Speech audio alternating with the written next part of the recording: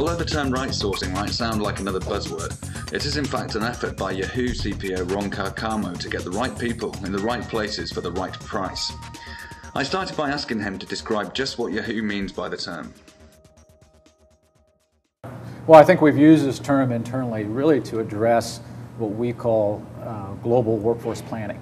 Okay. So I think companies are starting to really think about where should you place certain roles around the globe, okay, as companies evolve into a more global player.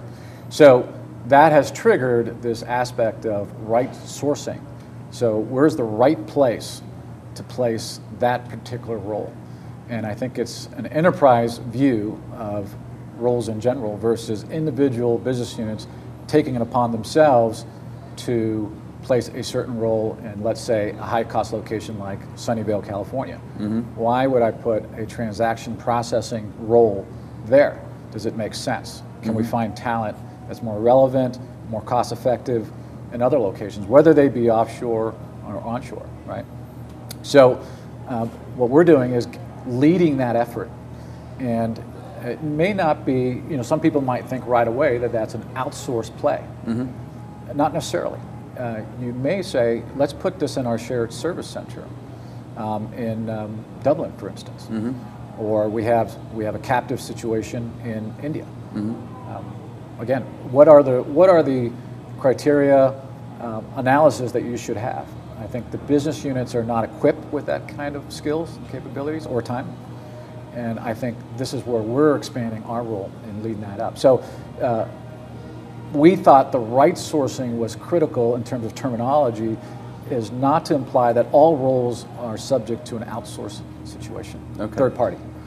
I mean, this is very much procurement getting involved in an area of the business that perhaps it wouldn't have done. That's right. 5 or 10 years, right, maybe even 5 years ago. Yeah. Is that true? I mean, how did you get hold of this, and how did you get involved there? Right. I think you're right. It's not, in my research, it's not an area that procurement functions typically lead and drive. Mm. They may have cursory involvement, maybe for the contract, for an outsourced situation and so forth, but they're typically not leading or having a center-led kind of model around this aspect. But the way we kind of came upon this is we were charged with leading an outsourced engagement for finance. I fell under the finance function, which included some of our procurement roles and responsibilities being outsourced. But we quickly started looking around the company, seeing what best practices were and so forth. And basically we found that there was significant opportunity across the board of how to assess and manage ongoing and the initial engagement, as well as the contract itself. So there was no one owner. There was no center of excellence. Mm-hmm. It was every function for themselves. Right. And it actually got down to sub-functions, in other words, departments having completely different deals with some of the providers. And we may have had 5 different contracts with that same provider. Right. And this is where we made the case to the CFO that said, you need a capability within Yahoo to lead this around that. Okay. I will say that it's not just us that actually leads this role. We actually have engaged, we have a governing council, if you will, that is made up of VP levels. So they have a major stake inside with some aspect of right sourcing, mm-hmm, whether they have people offshore, they may have people in some of our remote locations. So we engage them to develop the roadmap and set particular mandates. Okay. Right. And can you give us an example of how this has impacted either top line or bottom line, or what it's brought to Yahoo at a corporate level? Right. I mean, without getting into specifics, I would say anywhere from 10 to 18, 15% of the workforce is in an offshore location. Okay. And in a what I call a low-cost location. And that might be third party and that might be captive. Mm-hmm. So if you extrapolate that, that's quite a large number in terms of headcount and dollars. Yeah. So just engaging on that level and making sure that we have a consistent contract, a consistent price for those services, has really gotten things in line, and it's flowing to the bottom line. But it's not just costs. I think this is the key. In fact, we're managing 4 aspects, what we would call the 4 pillars of managing a right sourcing engagement. One is contractual. So you need some focus on the contract ongoing, not just signing the paper and walking away. The next part is the financial management. Okay, so do rates change over time? Why are you charging me different this quarter than you were last quarter? So you got to have eyeballs and focus on that. The next part are 2 areas that I think we're somewhat undermanaged as well, is the operational management. We were leaving that down to line level managers, but no one was pulling up and thinking about how does that roll into the KPIs we just signed a contract. That particular line manager only cares about his or her process, but not how this all rolls out. So we needed to pull this up. And the last aspect, which we were very short on, I think, was relationship management. We did not have an executive, a corresponding executive inside Yahoo that was the partner with a major outsourced provider.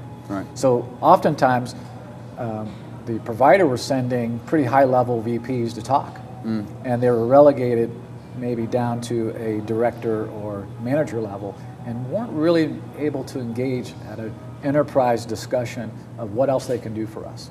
So we have actually been involved, to your original question, what have we done? We've actually straightened out a lot of issues that perhaps we were ready just to disengage and cut the relationship, but actually got it into the right framework, the right KPIs, and making sure that it's operating at where we contracted to. Okay, and just quickly before we finish, one, I assume if you were to leave Yahoo, you'd take this sort of thing with you. I mean, you think that you're portable, quite passionate about it. And what are the first things that you would have to do to get this up and running? I mean, what if a CPO or a contact of yours said, "Yeah, that's great. How do I go about doing it?" What sort of advice would you give them? Yeah, I would say if you're starting an engagement here to embark on such a program, you've got to first get an inventory, which is probably harder than it sounds actually. What are all the contracts, what are all the engagements, and how many people and what processes are out there, right? So I think you got to start there. Second, I would say you need to interview every line manager that's responsible internally to figure out what are the pain points. Because you may find that the financial side is not the biggest pain point, that's running fine, but it's more about the executive relationship. In fact, there was a large pocket within Yahoo that were saying, operationally we're okay, financially we're okay, but we really don't have any VP representative. So I think you got to figure out, of the 4 pillars, where is your pain point and begin there. Then you start to create that credibility. Fix that problem. Before you start selling the big idea of putting this governance and framework in place, fix that problem or influence it, and then you can begin to bring the execs in to talk about, all right, so how do we do this holistically? Here are a couple of business cases internally, actual cases where we fix things, and this is the value we brought, so why don't we do this on an enterprise level? And then the third thing I would say is, when you get that team together, begin to work on the roadmap first. So the executive time really don't want to deal with a particular operational issue or that they're charging 5% more than they agreed. I mean, you can handle that at your level. Leverage them for the big picture, and I think the big picture is charting out the roadmap. What's going to be the standards? What goes into, for example, Yahoo, what type of work is going to go into our India captive location? Is it all work, or is there certain types of work? You can only get that consensus if you bring that team together. That's not a procurement decision, right?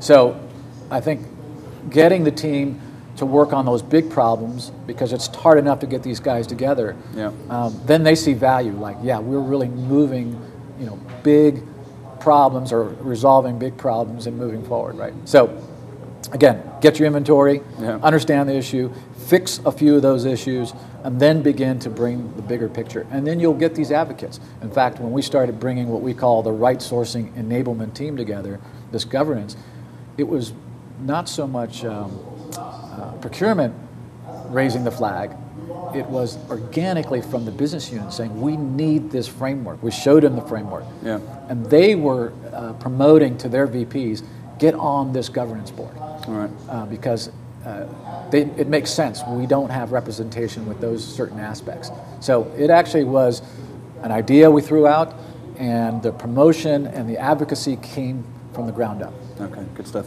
Okay, Ron, thanks very much. Good. Thank you for having me.